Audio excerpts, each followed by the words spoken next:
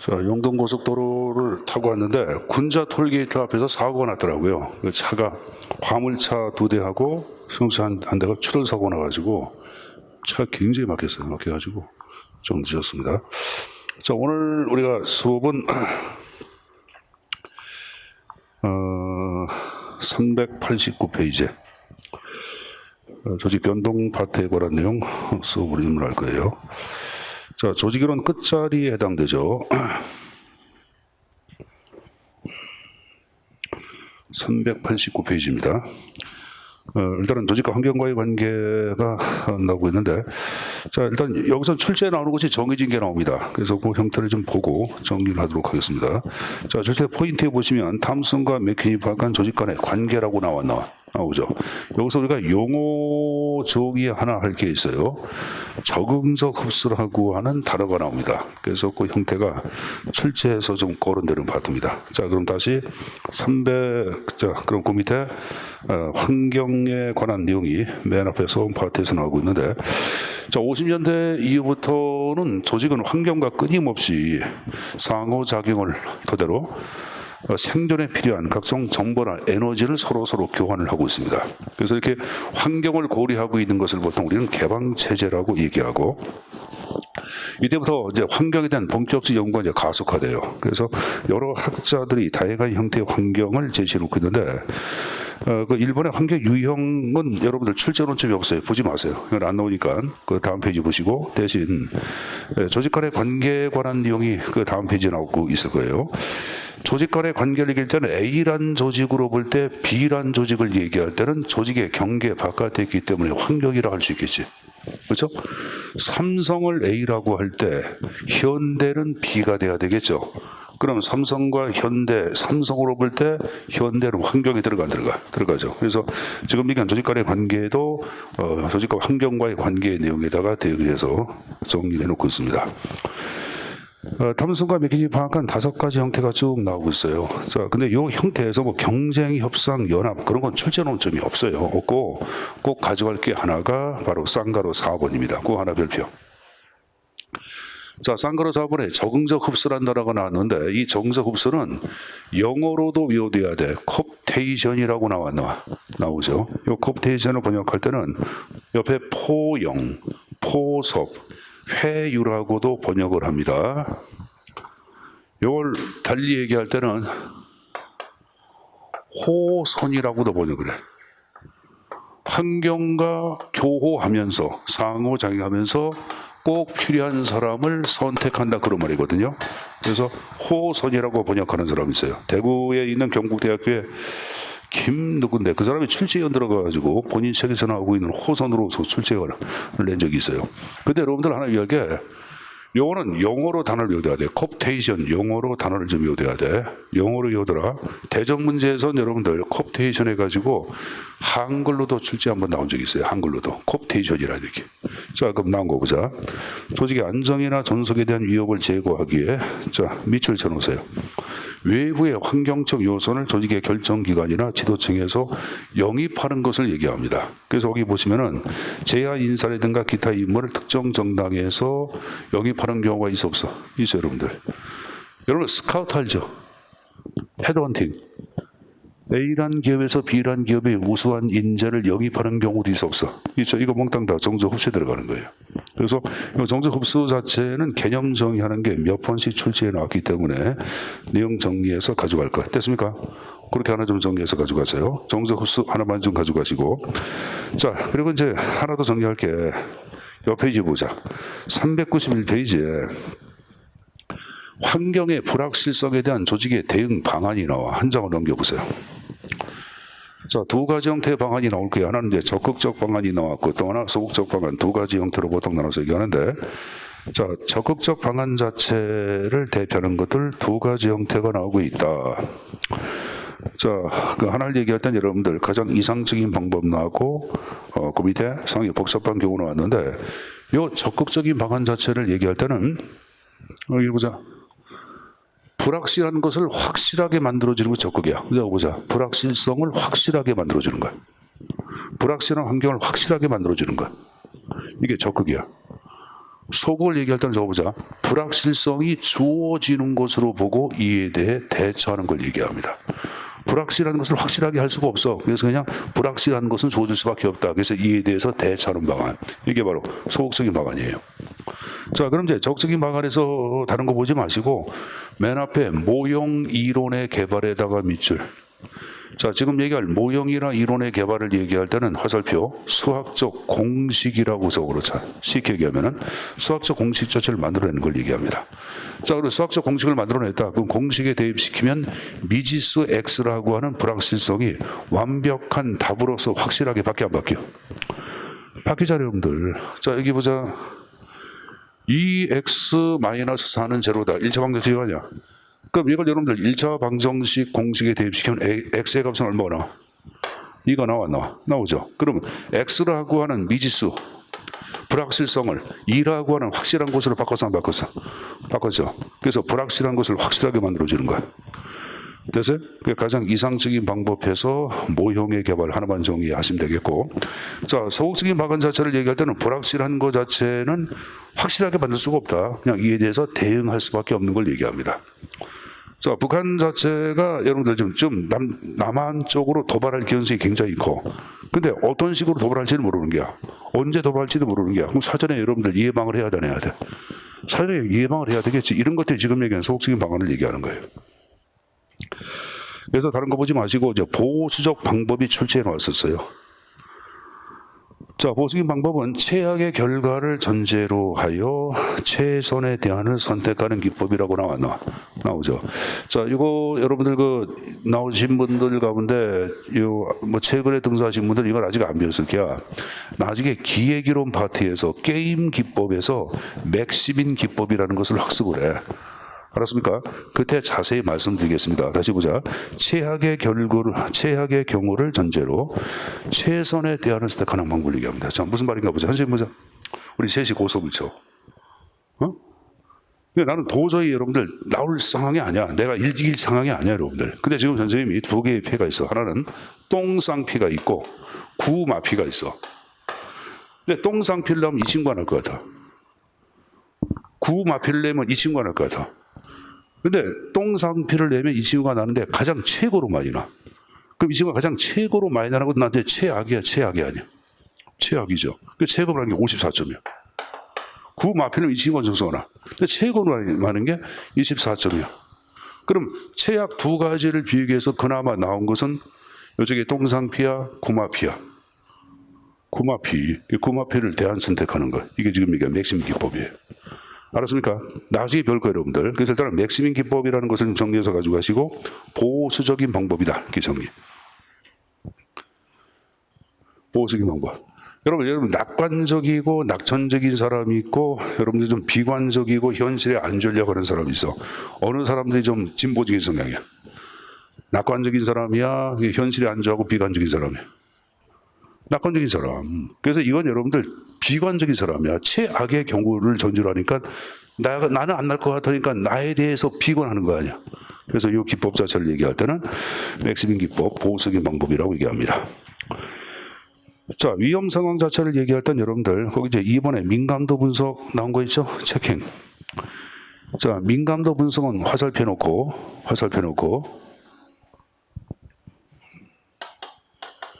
파라미터의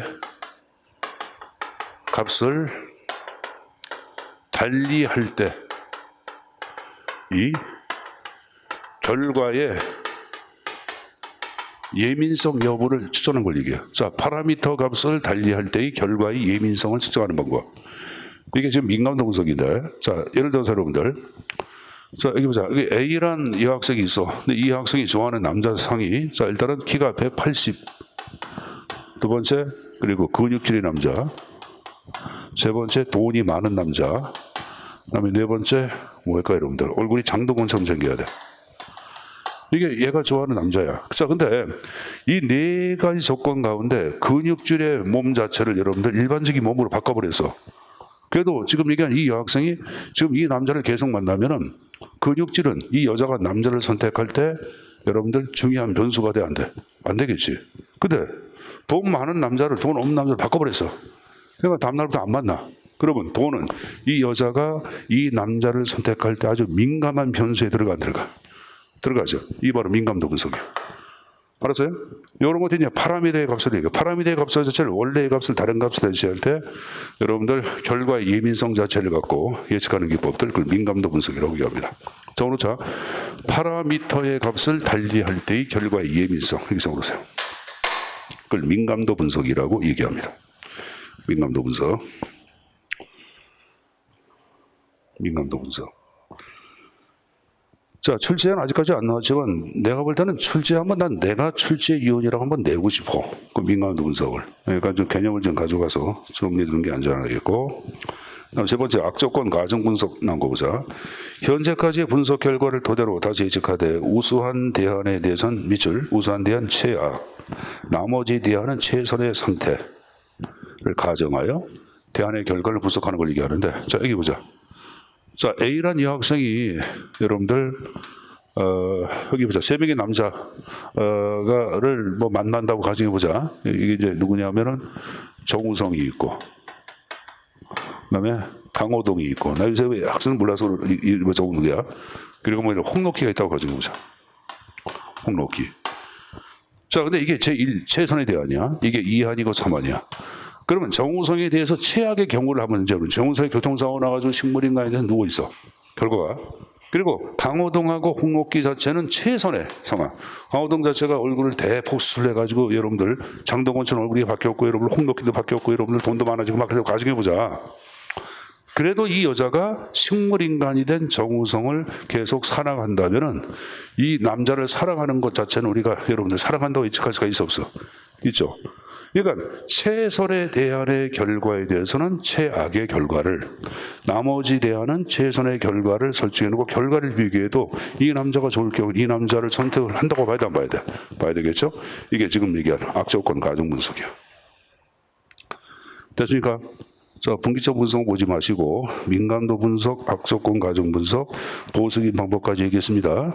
그리고 아까 제가 적극적인 방안을 대표하는 것은 모형 이론의 개발이라고 얘기를 했습니다. 자, 그 정도까지 가지고 갔으면은 이제 393페이지에 조직의 동태화가 나왔는데, 자, 일단 조직의 동태화가 무엇인가 개념을 잠깐 좀 보자. 개념 외우지 마시고. 행정 조직의 동태화란 조직이 환경 변화에 보다 유기적 탄력적으로 적응해가는 과정, 이렇게 나오죠. 그러면 환경 변화에 보다 탄력적으로 대응하는 것은 여기 보자. 기계적 조직을 얘기해, 유기적 조직을 얘기해. 요걸 얘기해, 이걸 얘기해. 우리 공부하시는 분들 이걸 얘기하는 거지. 그러니까 동태화 방안은 유기적 조직화하는 걸 얘기해요. 그럼 여기 보자. 선생님 보자. 요 기계적 구조를 대표하는 우리가 지난번에 배웠어. 대표하는 게 뭐라고 배웠어요? 막스 베버의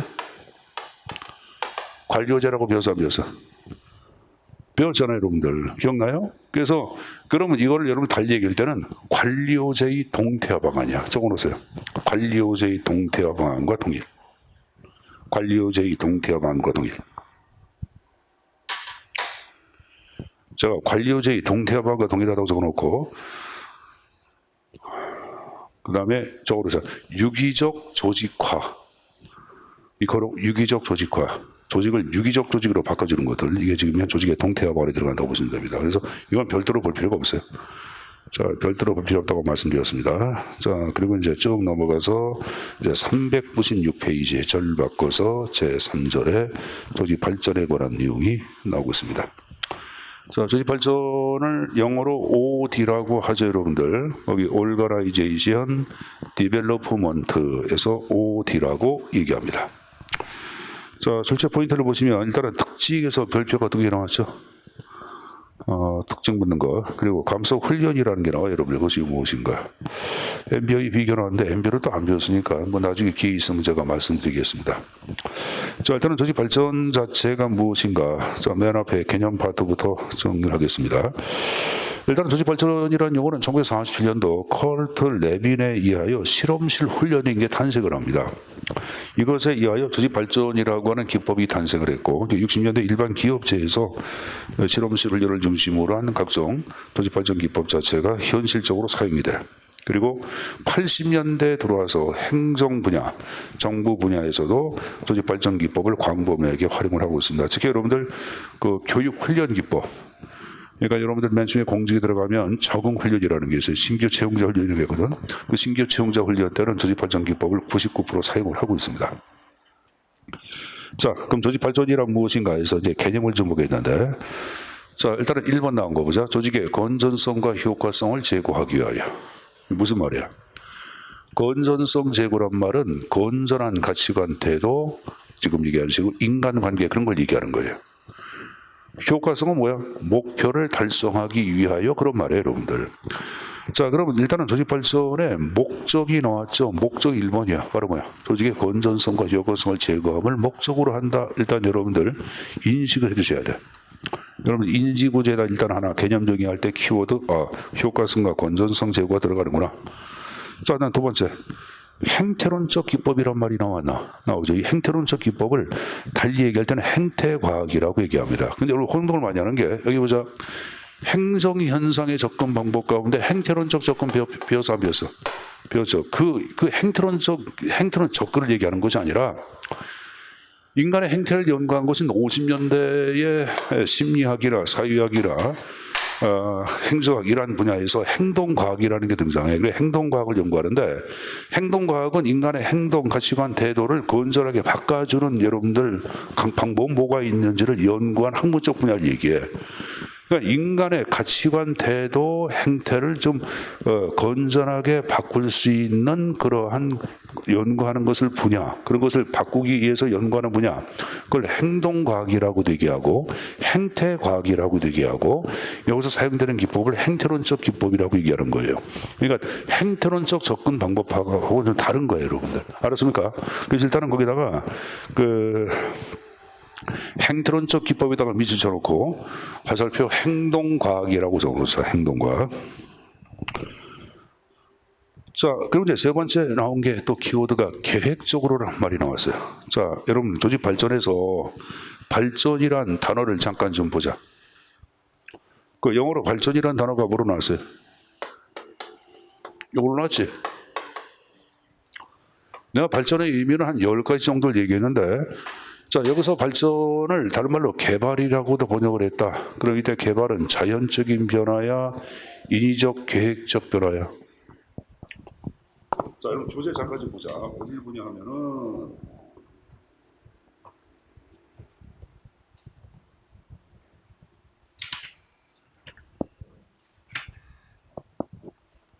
89페이지. 89페이지 펴보세요. 89페이지. 자, 맨 위에 발전 데벨로프먼트의 의미가 나왔고, 거기 이제 다른 거 1번만 보자. 나중에 자세히 배우고. 자, 발전 자체는 자연적인 변화가 아니라 플랜드 체인지, 계획에 근거한 의도적인 변화라고 얘기하거든. 그래서 계획된 변화 이렇게 표현하기도 해. 그러니까 여러분들 당연히 발전이라는 단어 자체를 얘기할 때는 자연스러운 어떤 성장이나 변화가 아니라 계획에 근거하여 의도적으로 변화시키는 것을 강조한 게야. 그럼 다시 원위치. 그럼 조직 발전에서도 조직을 발전시키는데 어떻게? 자연적으로 조직을 성장시키는 것이 아니라 어떤 계획에 근거하여 의도적으로 그런 말이에요. 그래서 나온 게 계획적으로 그런 말이 나온 거예요. 알았습니까? 자, 그리고 단어 보자. 지금 여러분들 제목이 OOD에서 조직 발전이야. 여기 보세요. 니들 교육학 시간에 개념 학습을 배워. 개념 학습이 뭐야? 개념 학습이 뭐야? 개념을 공부시키는 거예요. 여러분들 초등학교나 중등학교 교사가 돼가지고 여러분들 뭐 어떤 용어의 개념 자체를 여러분들 무엇인가를 학습을 시켜야 할 거 아니야. 사실을 관찰하고 사실 가운데 공통분모를 뽑아서 개념 만들고 개념과 개념과의 관계를 만드는 것이 일반화 익히기거든. 그럼 여기 보자. 조직 발전은 뭐를 발전시키는 게? 앞에 있는 조직을 발전시키는 거예요. 뭘 발전시킨다? 조직을 발전시킨다.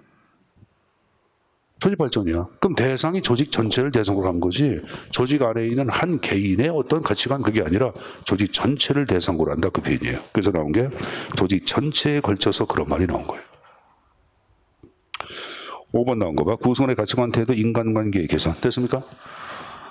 아울러 환경에 대한 대응 능력, 문제 해결 능력을 향상시키는 전략, 이런 것들이 적으면 주의 발전이라고 언급을 합니다. 일단은 제가 개념을 쭉 개념을 암기할 필요가 없겠고, 개념은 인지 구조에 맞춰서 여러분들이 이해하는 쪽으로 접근해서 집어넣으면 되는 거예요, 여러분들.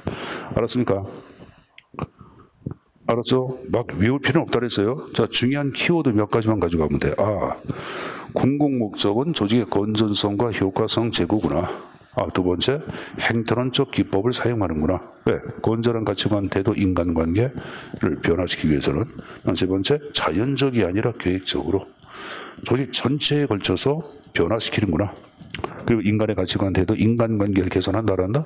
한다. 뭐 그런 식으로 여러분들 전반적인 흐름을 그냥 이해하는 쪽으로 접근하시면 됩니다. 자, 그럼 내려가서 조직 발전의 주요 특징이 나오고 있어요.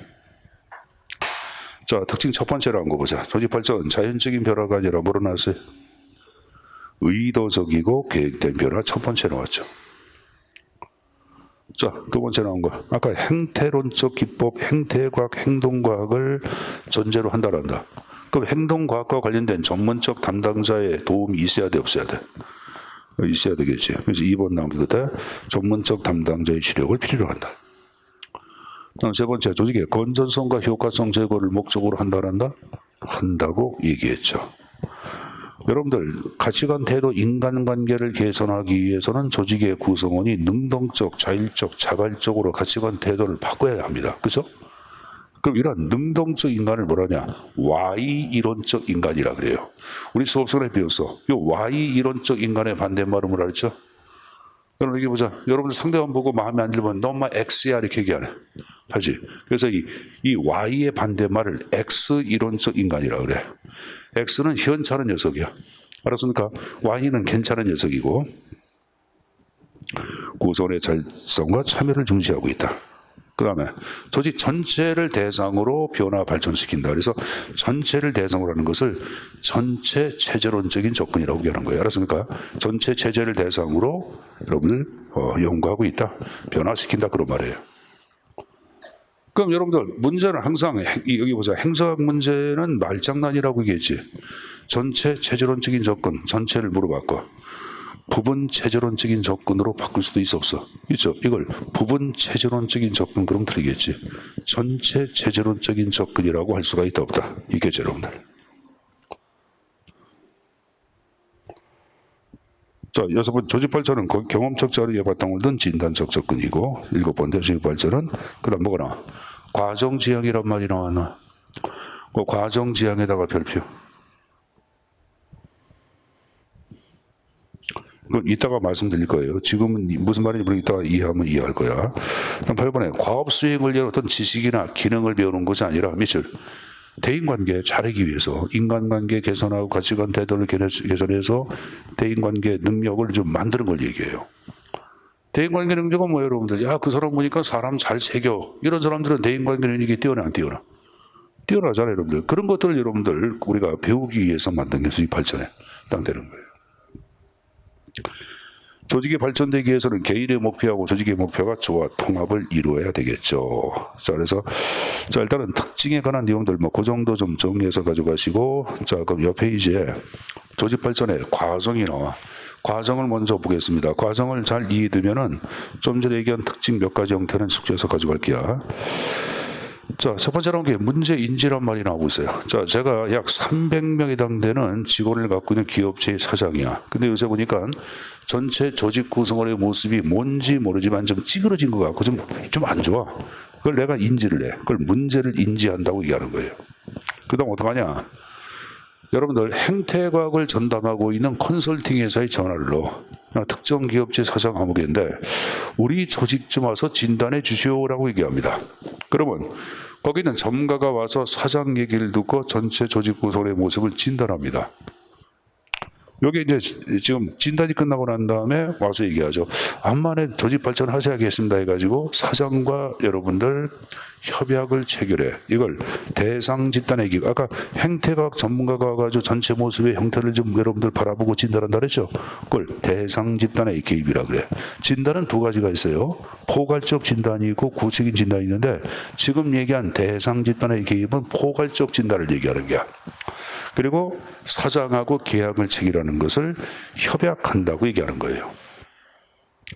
자, 그 다음 이제 구체적인 진단 들어가는 이게 바로 이제 구체적 진단을 얘기하는 거야. 어떻게 하냐? 직접 여러분들 조금 구성들과 만나가지고 면접도 하고 면담도 하고 여러분들 관찰도 하고 조사도 하고 막 그럽니다. 이게 바로 지금의 진단이야.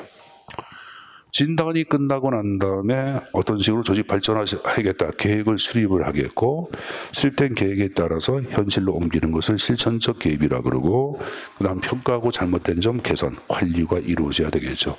이게 조직 발전의 과정이에요, 여러분들. 이 과정을 막 이해하는 게 아니야. 흐름을 이해하라고 얘기하는 게 아, 이렇게 하는구나 이런 식으로. 자, 근데 여기 보자. 그럼 지금 얘기한 조직 발전은 사장의 문제 인지로부터 출발해서 했어요. 그렇죠. 사장이 문제를 인지 못하면 조직 발전이 시작이 안 돼. 그래서 사장 자체의 인지로부터 사장이 하라고 할 때 가능해. 이걸 보통 하향적 변화라고 얘기합니다. 자, 위에 MBO 관계에서 OD 나온 거 봐. OD. 하향이란 말이 나왔어, 안 나왔어? 나왔죠? 두 번째, 행태과학 관련 전문가의 도움이 있어야 돼, 없어야 돼? 그래서 위에 박스 두 번째, 전문가 나왔죠? 그럼 세 번째, 행체과학적 지식이 전제가 돼야 되겠지? 조직 전체를 대상으로 한다. 전체 체제론적인 접근이라고 그랬잖아요, 여러분들. 근데 MBO 자체는 이제 나중에 우리가 또 공부할 텐데, 뭐 상향 일반과 일반적 지식, 부분적 성격 나왔는데 나중에 배우면 무슨 말인지 알 거예요, 여러분들. 공부하시는 분들은 이해할 거야. 그러니까 일단은 처음 나오신 분들은 왜 하향인지, 왜 전문가인지, 행태과학의 전문적인 지식, 전체적인 성격, 무슨 말인지 이해한 거로 간주하겠습니다. 자, 그 말씀 이제 한 장을 넘겨서 조직발전 기법이 나오고 있는데, 자, 기법은 이제 감수성 훈련이라든가 관리망 훈련이라든가 뭐 다양한 형태가 존재하는데, 출제가 나오는 곳은 하나밖에 없어요. 감수성 훈련 외에는 출제 안 나와. 감수성 훈련 나와서 안 나왔어? 나왔죠, 여러분들. 그래서 그 형태를 좀 정리를 좀 하도록 하겠습니다. 자, 감수성 훈련은 이제 보통 실험실 훈련, 팀 구축 그러는데 약간의 차이점이 있어요. 근데 이제 우리가 이제 행정학에서는 차이점을 얘기하지 않고 같은 맥락으로 이해를 합니다. 같은 맥락으로. 경영학에서는 약간의 차이점을 언급하는 경우도 있으나 오늘날에는 경영학도 지금 얘기한 세 가지 형태를 같은 맥락으로 취급을 하고 있습니다. 그래서 실험실 훈련, 팀 구축, 감수성 훈련 다 같은 말이에요, 여러분들. 자, 불리우며 행태과학적 지식을 이용하여 자기 타인 집단에 대한 행태를 변화시킨다. 이렇게 나와서 안 나왔어? 나왔어요, 여러분들. 자, 여러분 여기 보자. 자, 감수훈련은 아까 제가 이런 얘기했죠. 여러분들 적응훈련, 신규 채용자 교육훈련을 적응훈련이라고 그러는데 여러분들 공무원 되고 나면 이제 그 공무원 연수원 그런 데 가서 훈련을 받아요, 여러분. 하는데 근데 여러분들 뭐 연수원 좀 뭐 받는 걸 내가 좀 얘기할 수는 없잖아. 얘기할 수는 없고 대신 여러분들이 쉽게 접하는 게 뭐냐면은 대학교에 들어가면 뭐 MT나 OT 그런 거 가 안 가? 가죠. 그 MT랑 OT를 좀 확대해서 만든 게 지금 얘기한 감수성 훈련이라고 생각하시면 돼. ST 훈련 해가지고 감수성 훈련 그러는데 센서티브 트레이닝 이렇게 얘기합니다. 그거 들어오죠. 자, 그럼 지금 얘기 ST 훈련 자체는 저 좀 전에 OT라든가 MT랑 유사하다고 얘기했잖아요. 그렇죠? 자, 얘가 이제 인천대학교로 가지고 보자. 행정학과에서 심생 오리엔테이션을 실시하려고 그래. 그래서 4박 5일 갖고 설악설화에 있는 무슨 한 콘도 그런 걸 빌려가지고 한다고 가지고 보자. 그러면 4박 5일 동안 원칙적으로 외부와 연락은 몽땅 다 차단이 돼. 이게 일정 기간 동안 외부와 연락을 차단시키는 것을 우리 뭐라 그러냐? 문화 고도를 설정한다 그래요. 뭘 설정한다? 자, 거기 교재에 문화고도란 말이 나와 있을 텐데 안 나와 있나? 자, 일단은 내가 방금 전에 뭐라 했냐? 문화고도. 이걸 먼저 설정을 해야 돼. 그리고 한 방에 10명씩 여러분들 때려놔. 그리고 4박 5일 동안 합숙훈련이 이루어져. 그리고 각 방에는 2명 정도의 선배가 배치가 되죠. 여러분들 MT나 OT는 2명 정도의 선배가 배치가 되겠지만 우리가 얘기하는 여러분들 그 감수훈련에서는 행태과학 전문가가 배치가 됩니다. 자, 그럼 여러분 선배가 이제 그럼 들어갈 때 그냥 들어간 것이 아니라 소주 한 박스하고 여러분 새우깡 그런 거 사고 들어가죠, 여러분들. 그럼 선배 일이 먼저 대학하고 학과 생활을 이렇게 하는 게 좋습니다 하고 먼저 간략히 소개를 내. 그 시간 많이 안 걸려. 형식에 불과한다고 한 10분, 15분. 자, 끝나고 난 뒤에 이제 진정한 선후배 간의 만남이 시작이 됩니다. 그러면 선배 일이 자, 여러분들 입학을 진심으로 축하합니다. 자, 우리 건배합시다 해가지고 어떡합니까? 커피 종이컵에다가 여러분들 그 소주를 반잔 정도 따라줘 안 따라줘? 따라주고 자, 여러분 입학을 축하합니다. 그래서 개나발 그런다고. 늘 이런 말 안 쓰지. 개인과 나라의 발전을 위하여. 아주 완샷해야 하네. 털어 안 털어? 털죠, 여러분들. 그럼 선배 투가 또 나도 가만히 있었습니다. 나도 여러분들의 입학을 축하합니다. 건배합시다. 그래서 뭐라 그래? 조평통 그러죠. 헌지대에게 조국의 평화 통일을 위하여 또 마시고 또 털어 안 털어? 털죠, 여러분들. 그러면 소주를 생각해봐. 종이컵에 한 잔은 마신 게 안 마신 게야. 마신 거지. 그러면 가슴이 따뜻해지기 시작합니다. 그리고 슬슬 웃음이 나오죠. 그래서 선배 후배가 좋다고 서로 웃기 시작을 합니다. 그래서 굉장히 좋아합니다. 그러다가 밤 12시만 넘으면 서로 멱살 잡고 싸움질해야 하네. 하죠. 왜 그러냐? 신입생 가운데는 3수생이 있는데 2학년 선배가 여러분들 밥 말아보면 기분 좋아 안 좋아? 안 좋지. 나보다 김밥도 덜 먹은 녀석이 뭐 까분다고 해서 서로 싸움질합니다. 그러다가 새벽 되면은 서로 부둥켜 안고 울어 안 울어? 자, 그러면서 여기 보자. 그러면서 과정 중에 선배의 모습도 이해하고 과정 중에 선배 눈에 미친 나의 모습이 어떤가를 생각을 해야 하네. 하겠죠? 자, 여러분 교재 보세요. 개념 다시 보세요. 자, 두 번째 줄 중간에 즉 타인과의 상호작용을 통하여 자기 자신을 인식하고 과정 중에 내가 이렇구나 이런 식으로 또 과정 중에 선배 입장을 이해를 해야 하네. 하죠. 자, 그리고 어떡하냐? 이게 보자. 다음에 만약에 학과에서 무슨 행사한다 그러면 내 약속은 좀 뒤로 미루고 학과 행사에 참여해야지. 이 말은 집단의 한 구성원이 된 게 안 된 게 된 거죠. 이 바로 집단의 행동화 과정이라고 얘기하는 거예요. 자신의 행동이 타인에게 미치는 영향, 해서 가로 안에 집단의 행동화 과정, 감성을 높여주면 사람이 술을 먹으면 여러분들 감성적이 돼, 이성적이 돼. 술 먹고 이성적인 사람 못 봤어요, 여러분들. 그죠? 그래서 감성을 높여줌으로써 태도 변화. 그래서 내용. 이때 내용은 어떤 지식이나 기술, 그런 걸 얘기하는 거야. 지식이나 기술은 여기 강의실에서 강의하는 거지. 그래, 안 그래? 그것이 아니라 과정에. 좀 전에 얘기했죠. 과정 중에 자기 자신을 인식하고, 과정 중에 선배 입장도 이해하고, 과정 중에 여러분들 학과에 동참하는 집단 의식도 가져간 거죠. 같죠, 여러분들?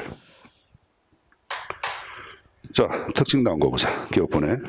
자, 일정 기간 동안 외부하고 연락이 차단된 상태. 그걸 뭐라 그랬어요? 문화고도를 설정한다 이렇게 해놨죠. 자, 사람이 술을 먹으면 솔직하고 개방적인 태도로밖에 안 바뀌어. 바뀌죠? 2번 그 표현이고.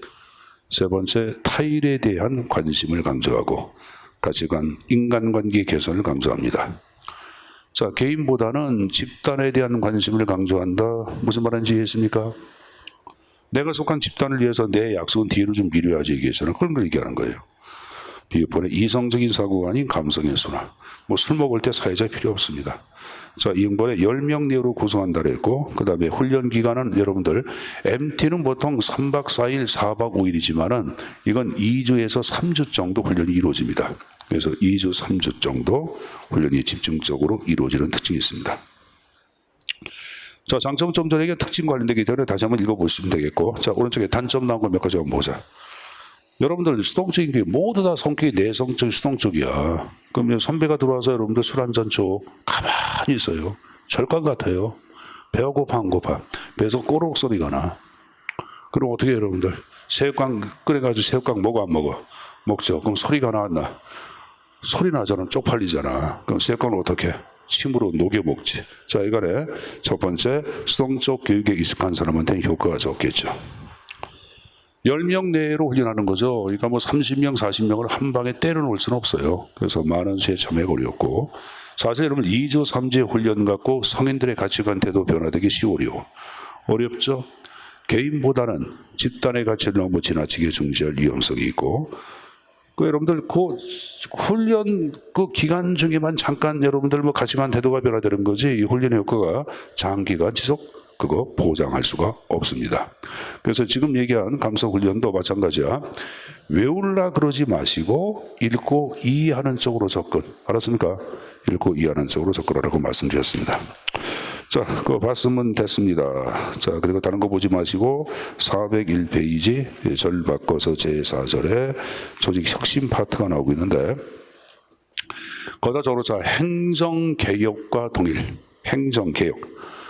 개혁 리볼루션이라고 하는 여러분 개혁. 행정개혁과 동일합니다. 그래서 뒤에 행정개혁 때 자세히 학습을 하고 여기서는 여러분 맨 앞에 조직 혁신에 의해서 레비트라는 사람이 제시한 조직의 4대 변수가 나와. 그죠?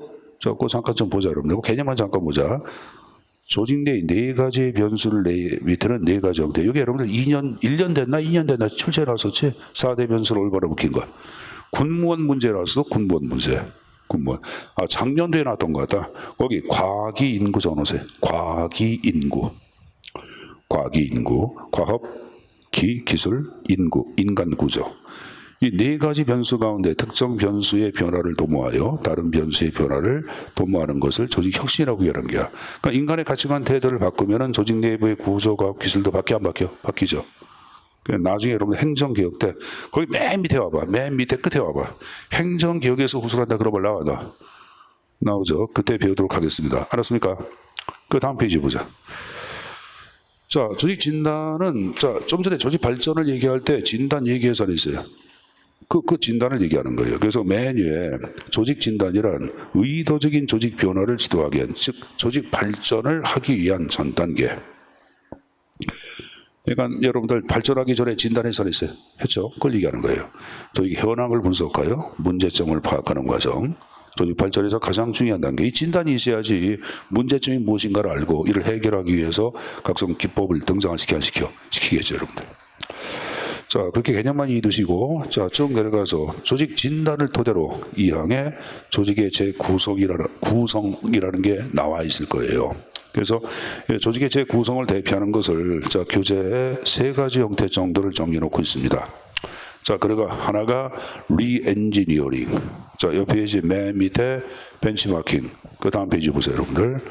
그 다음에 다운사이징. 세 가지 형태가 나오고 있을 거예요.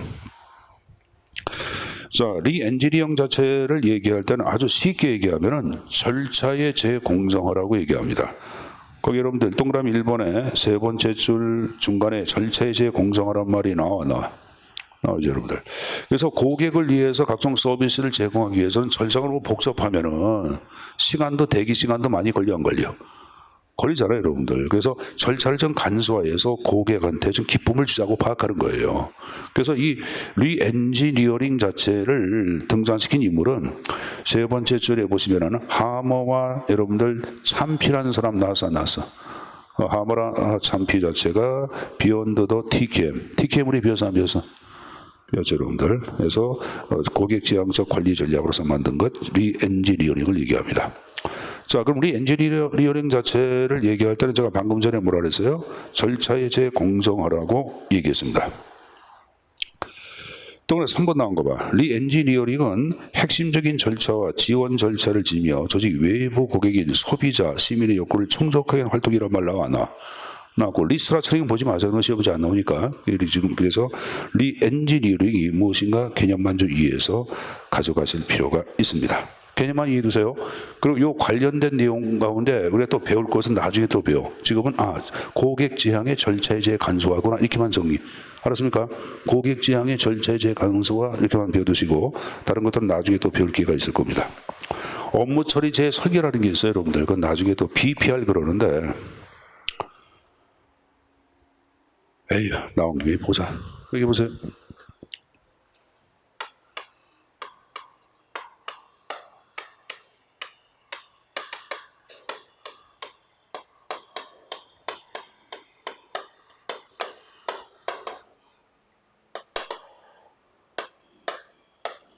이 약자야. 업무 처리 재설계. 이게 이제 업무 처리 재설계 그런 말인데, 이건 좀 전에 얘기한 여러분들 뭐의 일종이냐 하면은 리엔지니어링의 한 일종이 들어가. 근데 이제 초점을 뭐에 두고 있냐 앞에 업무 절차, 업무 처리 그 과정을 재설계하자. 고객을 위하여 그 말이에요. 고객을 위하여.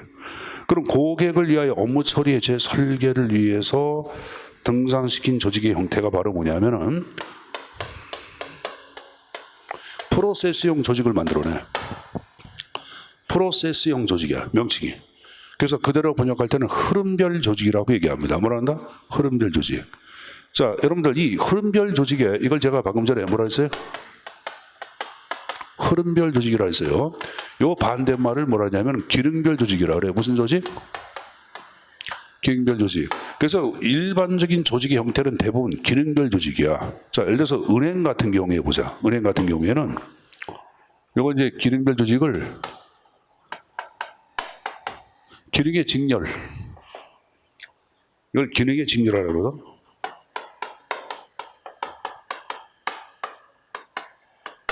자, 이게 뭐냐면, 자, 이게 보자. 은행 같은 경우에 이게 보자.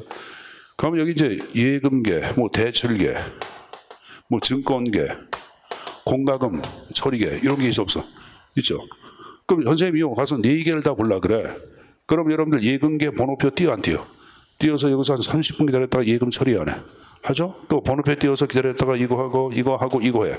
그러면 전체 은행 가서 대기하는 시간만 따진다 하더라도 이렇게 해버리면은 얼마나 걸리냐?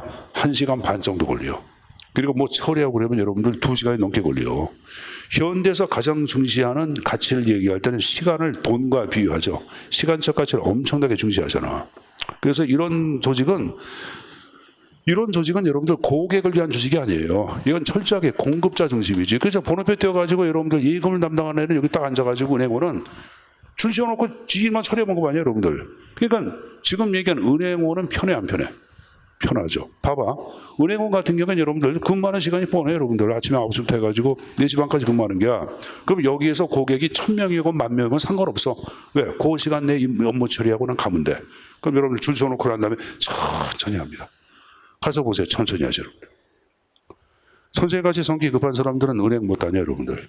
그래서 요새는 이 조직을 뭐라 하냐면 여기 보자. 이렇게 하면 건전지를 직렬로 연결해서 안 했어요. 했죠. 예금, 대출, 증권 해서 기능별로 나눠져 있잖아. 이걸 그래서 좀 전에 기능의 직렬화 아니면 절차의 직렬화라 그래. 뭐라 한다? 절차의 직렬화. 그 다음에 기능별 조직이라고 얘기하는 거야. 그래서 이 조직의 형태를 이제는 없애버리고 흐름별 조직의 형태로 바꿔. 이걸 절차의 병렬화라고 그러는데 VIP 팀이다. 아니면 여러분들 학생 팀이다. 기업 팀이다. 이런 게 있어. 아마 여러분들이 은행에 가면 쉽게 볼 수 있는 것이 바로 뭐냐면은 VIP 고객실이라는 게 있어, 없어? 있죠. 그럼 여기 들어가 보면은 은행 직원이 한 사람이나 2사람밖에 없어요, 여러분들. 그리고 여기서 뭐 하냐? 지금 얘기한 예금, 대출, 증권, 공과금 처리를 다 처리해줘. 여기서 이걸 몽땅 어떻게 처리하냐? 원한 여러분들 컴퓨터에 의하여 자동화되어 있고 데이터베이스를 구축을 해서 공동으로 연결해서 써 안 써? 쓰죠. 그럼 여기 와서 여러분들 업무 처리 한 10분 정도 다 끝나요, 여러분들. 이쪽은 몇 분 걸렸는데 2시간 걸렸는데 여기 10분이면 끝나. 그럼 이 조직의 형태를 얘기할 때는 이렇게 연결한 것이 아니라 이쪽에 예금, 대출, 그 다음에 증권, 공과금 자체를 이렇게 병렬로 연결한 게 안 한 거죠. 그 절차에 병렬하는 말을 쓴다고요. 그럼 창고 대이자는 뭐냐? 고객은 이 4개의 창고를 다 가는 것이 아니라 창고 하나만 보면 돼. 창고의 단위라는 말을 쓰기도 하고. 자, 여러분 교재 보세요. 자, 옆 페이지 보시면 여러분들 설계 원리 나온 거 보자. 일단 여러분들 여기 보자. 데이터베이스를 구축하고 자동화되기 위해서는 여러분들 정보 기술을 활용을 해야 돼. 컴퓨터 같은 정보 처리 기술을 활용을 해야 합니다. 첫 번째 그 표현 나왔죠. 두 번째 나온 게 여기 보자. 요 조직 보자. 이 조직은 직렬 연결은 이음새가 있잖아. 이렇게 여기 건전지 양극 이게 이음새가 있는 조직이야. 근데 이쪽은 이음새를 없애버렸지. 이음새가 없는 조직이라고 얘기하는 거야. 그럼 이렇게 보내. 고객 중심의 절차 설계. 고객이라 절차 중심인데 절차는 흐름별 프로세스를 얘기하는 거야. 흐름별 주의 설계를 강조하고 있다. 절차의 병렬화, 정보 창구의 수집의 단일화. 좀 전에 얘기했죠. 그 다음에 고객과의 만남 어디서 만나면 돼? VIP 고객실 여기서 만나면 돼. 여기서만. 그 표현이 뭐야? 모르라서는 고객과 조직의 만남 한 곳에서 만나 그 표현이 나오고 있는 거예요. 뭐 그 정도만 가지고. 그리고 이제 맨 밑에 보시면은 자동화의 수반이란 말이 나와. 나오죠. 아까 여러분 데이터베이스를 구축해서 자동화했을 때 이게 가능한 거죠, 여러분들. 그렇게만 좀 정리해서 가져가시고, 지금 설계 원리에다가 여기다 적어라. BPR 해서 업무 처리 이렇게 해놓고 BPR 업무 처리 재설계라고 적어. 업무 처리 재설계. 자, 제가 업무 처리 재설계까지 얘기했습니다.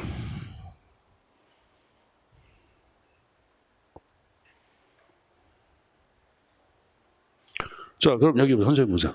선생님 보세요. 하나 물어볼게요. 그럼 지금 얘기한 업무 처리 재설계는 기존 조직 구조 방식을 철저하게 다 갖다 버리는 거 아니야? 이걸 몽땅 다 부정하는 거예요, 여러분들. 그 새로운 형태 조직을 만든 거 아니야. 이걸 인정하는 게 없어요, 여러분들. 그래서 거기 위에 보시면은 기업본에, 자, 맨 위에 동그라미 4번에 업무 처리 재설계는 기업본에 근본적으로 모든 것을 다시 생각하자. 두 번째, 근본적으로 모든 것을 바꾼다고 파악하는 거야. 그리고 점진적인 변화가 아니라 한꺼번에 없애버리고 극적인 향상을 추구하는 걸 얘기해요. 싹 없애버리고 싹 바꾸자고 파악을 해요. 극적인 향상 추구하는 것들, 지금 얘기한 업무 처리 재설계를 얘기합니다. 그래서 이제 오른쪽 날개에 보시면은 업무 처리 재설계는 조직의 점진적 변화가 아니라 그랬죠. 극적인 향상, 급진적 변화, 그런 걸 강조하는 거예요. 자, 그다음 그 다음 페이지에 자, 그 밑에 이제 밑에 벤치마킹 나왔죠. 벤치마킹은 여러분 다 아실 거예요. 영어 나온 거 봐. 영어. 이건 여러분들 기업이나 다른 조직의 성공적인 경험이나 성과를 모방해서 도입하는 걸 얘기합니다. 거기 이제 구치와 모방해서 정부 활동, 정부 조직 관리에 도입하는 기법, 벤치마킹이라고 얘기하는 거예요. 알았습니까? 자, 그다음 다음 페이지. 자, 쌍가로 3번에 다운사이징이라는 게 나오죠. 다운사이징이란 말은 뭐냐면은 사이즈는 규모입니다. 그죠? 다운은 축소하는 거 아니야. 조직의 규모를 축소하는 걸 얘기하는데, 그럼 조직 규모를 대표하는 게 뭐냐? 인력이야. 그 인력 감축을 단행하는 것들 다운사이징이라고 얘기한다. 다시 한번, 인력 감축을 단행하는 것을 뭐라 한다? 다운사이징이라 하는구나. 이렇게 개념만 정리해서 가져갈 것. 됐습니까? 자, 됐으면 여러분들 6절의 조직문화. 출제론점 거의 없습니다. 자, 그렇다고 이제 그냥 갈 수는 없고 나올 수 있는 게 있기 때문에 잠깐 보고 가겠는데, 일단 조직문화가 무엇인가 개념을 잠깐 보자, 여러분들. 현에 3번에. 조직문화란 조직의 구성원이 공유하는 가치관, 사고방식, 생활양식의 정체를 뭐라 한다? 조직문화라고 개념을 정의한 거예요, 여러분들. 알았습니까? 생활 양식의 정체를 문화라고 얘기해. 그러니까 조직 문화는 조직 구성원이 공유하고 있는 생활 양식의 정체를 문화라고 할 수 있겠지. 자, 그럼 조직 문화에서 옆 페이지 보자. 자, 쌍가로 3번에 조직 문화의 구성 요소 해가지고 거기 파스칼과 아토스가 파악한 7S 모형이 나오고 있을 거예요. 그래서 문화의 구성 요소를 7가지 형태에서 문화에는 지금 공유, 가치, 전략, 구조, 제도, 인사, 구성원, 기술, 리더십 스타일 자체가 조직 문화의 구성 요소라고 본 거예요, 여러분들. 근데 이것은 여러분들 7S 모형 그러는데 영어의 첫 글자를 딴 거야. 그래서 맨 앞에 나온 거 봐. shared value, 공유 가치. 두 번째, strategy, 전략 나왔죠? 스트럭처, 구조 나왔고, 시스템, 제도 나왔죠? 스태프, 인사 나왔고, 스킬, 기술 나왔고, 스타일, 리더십 스타일 이렇게 나왔어. 그래서 이건 여러분들이 기본적으로 머릿속에 암기해서 가져가시면 됩니다. 7S 모형에서 이따 쉬는 시간에 한번 적어보면 돼. 알았습니까? 이따 적어보면 돼. 어려운 거 아니에요, 여러분들. 자, 한 장을 넘겨보자. 자, 그리고 이제 첨삭 지도에 조직 문화의 보존과 범주에서 이제 동화란 말이 나왔죠. 자, 암기하지 마시고 읽어보자. 동화. 신참자란 말은 신규 채용자, 조직의 맨 처음에 들어온 사람들 얘기하는 거예요. 자, 문화를 가치관 조직 문화에 일방적으로 적응해 가는 과정. 그게 동화된다고 얘기하는 거죠. 우리가 동화가 이거 아니야. 두 번째, 격리. 신참자들이 조직 문화를 거부하고 조직 문화에 적응하려는 능력과 의욕입니다. 의욕이 없이 그들의 독자성을 유지할 때 그들을 어떤 직무 영역에 고립하는 걸 얘기해요. 그러니까 여러분들 이게 안 가면 여기 보자. 쇼생크테틀, 빠삐용 그런 데는 계속 여러분 제주가 탈출을 해야 해. 그러니까 나중에 어떡하냐면 독방에다 혼자 그냥 격리시켜 안 시키죠. 이게 독방으로 격리시키는 것들, 이게 바로 말 그대로 격리예요, 여러분들. 알았습니까? 문화를 수용하려고 잠깐 거부하면 여러분들 이상한 한직에다 갖다가 몰아버리는 걸 얘기해요. 창고 관리, 거기서 너 12시간 동안 근무하고 퇴근해, 이런 식으로. 이게 지금 격리야.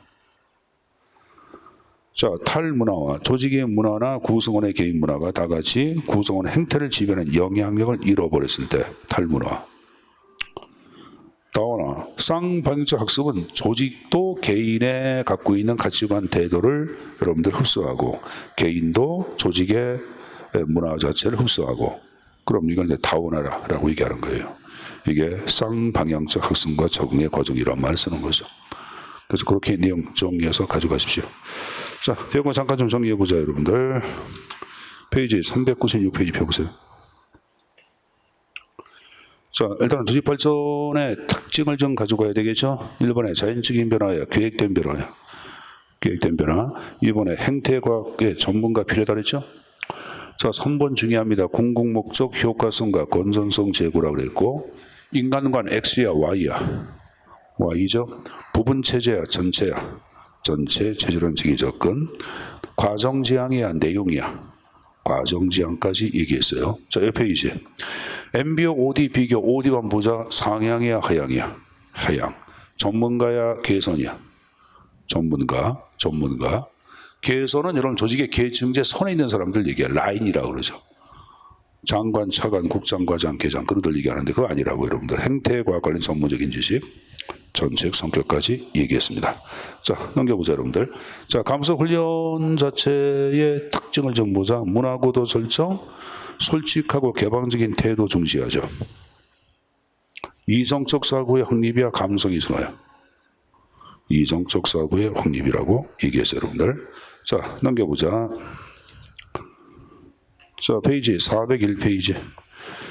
조직혁신서 레비트가 파악한 조직의 4대 변수 얘기했죠. 어떻게 알아 했어요? 과학이 인구. 어떻게 알아? 자, 여기 보자. 공부는 니들이 하는 게야. 선생님은 이미 공무원 시험 보는 건 아니잖아요, 여러분들. 여러분 학원에 나올 때는 학원에 나온 이유는 왜 나온 게야?